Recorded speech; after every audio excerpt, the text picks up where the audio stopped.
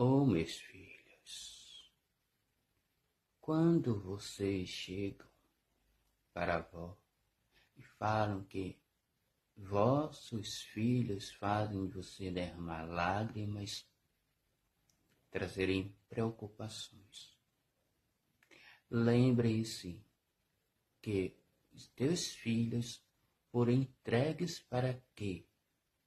Com amor, carinho, mostrasse a estes espíritos entregue por Deus a tuas mãos um caminho diferente.